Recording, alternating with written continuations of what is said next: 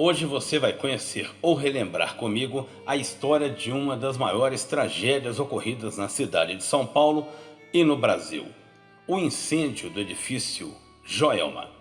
Vem comigo. Você está no Aero Motocar, o seu canal de variedades. O edifício Joelma começou a ser construído em 1969 e foi inaugurado 3 anos depois, em 1972, na cidade de São Paulo. Composto por 2 torres, o edifício possui 25 andares. São 25 andares, os 10 primeiros são de garagem e sua entrada fica na famosa Avenida 9 de Julho. Logo após sua inauguração, o edifício foi alugado para o extinto Banco Crefisul de Investimentos. Na época, foi considerado um edifício moderno e seguro. No dia do incêndio, havia cerca de 756 ocupantes no edifício Joelma. Os 7 primeiros andares de garagem não foram atingidos graças a portas de emergência, o que permitiu que os 17 funcionários que ali trabalhavam se salvassem. Os andares ocupados pelo Banco Crefisul foram completamente destruídos. Trabalhavam ali 861 funcionários, dos quais 600 já haviam chegado na hora que o incêndio se iniciou. Além deles, havia também 71 funcionários de uma empresa de limpeza chamada Continental. Infelizmente, muitos perderam suas vidas. O Banco Crefisul não havia terminado de se instalar no prédio quando, na manhã do dia 1º de fevereiro de 1974, tudo aconteceu. As investigações concluíram que o incêndio se iniciou por conta de um curto-circuito em um dos aparelhos de ar-condicionado do 12º andar. Foi constatado pela investigação que a infraestrutura elétrica do edifício Joelma era muito precária, além de estar sobrecarregada. Em poucos minutos, o fogo já havia se alastrado, causando pânico e impedindo os ocupantes de evacuarem o edifício. Na data do incêndio, o Código de Obras do município de São Paulo em vigor era do ano de 1934, ou seja, ultrapassado em 40 anos. Na década de 30, a população da cidade não ultrapassava os 700 mil habitantes. Os edifícios eram baixos, com poucos andares e certamente não estavam equipados com todos os aparelhos eletrônicos que já existiam na década de 70. As exigências feitas pelos órgãos competentes estavam à margem daquilo que seria o ideal. Eram totalmente inadequadas. Aliado a isso, havia os escritórios e salas repletos de material combustível, de móveis e divisórias de madeira a pisos acarpetados e cortinas de tecido e fibra sintética. Todo esse material é extremamente inflamável e contribuiu de forma negativa na velocidade que o fogo se propagou. Devido ao trânsito da região, o Corpo de Bombeiros só chegou ao local 7 minutos depois da primeira chamada. Pessoas já se atiravam do alto edifício.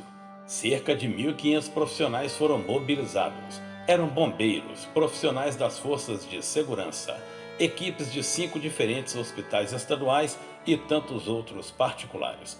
A operação de resgate contou ainda com 14 helicópteros, 39 viaturas do Corpo de Bombeiros e todas as ambulâncias da rede hospitalar.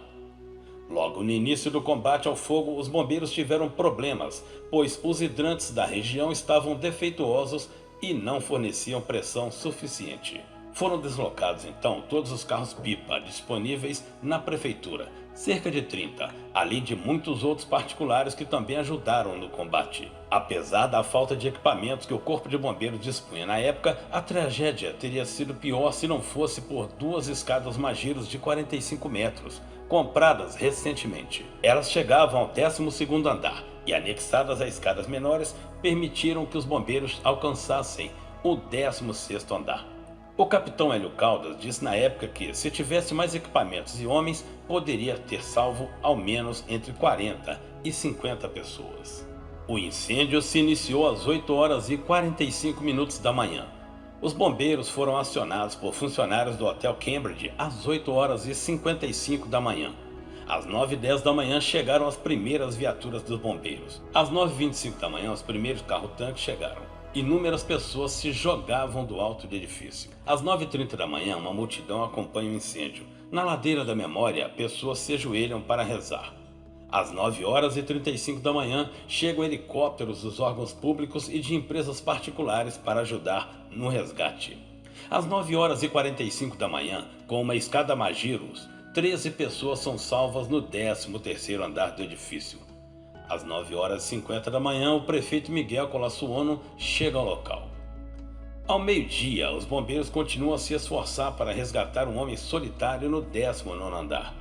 Ao meio-dia e 35, mais 7 pessoas que estavam no 19º andar são salvas. O total já chega a 80 sobreviventes.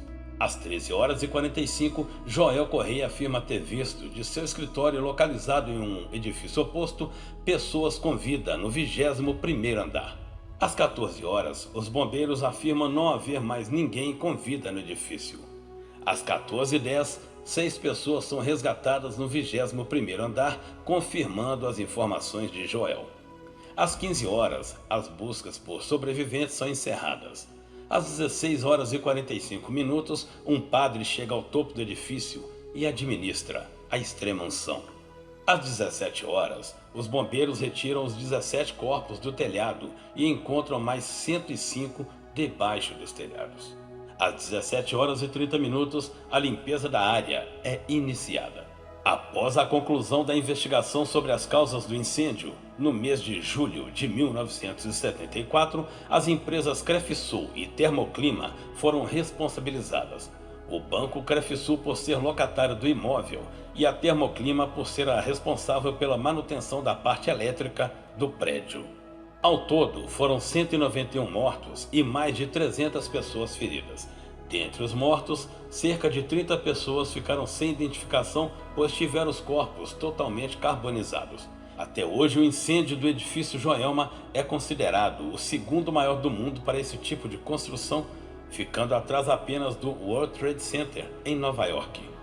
Após 4 anos interditado para reformas, o edifício foi reaberto e rebatizado de Praça da Bandeira, mas sua história jamais será esquecida. Mesmo após as reformas, mudança de nome e cor, há quem jure que as almas penadas que ali morreram continuem a vagar pelo Joelma.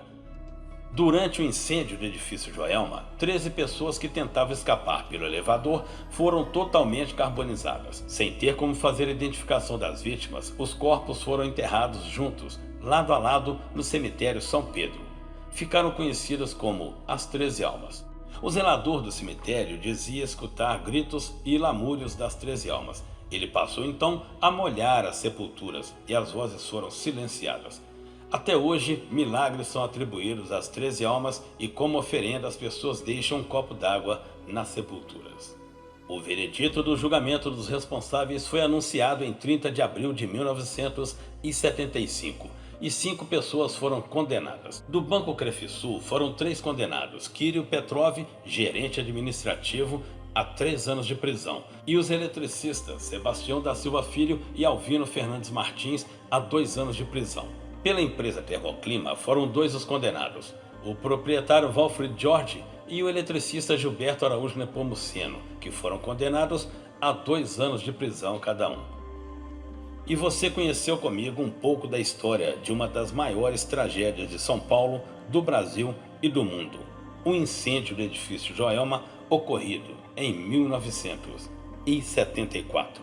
Eu sou Geraldo Atherton, canal Aeromotocar. Se inscreva no canal, deixe o seu like. Obrigado por ter assistido o vídeo. Fui.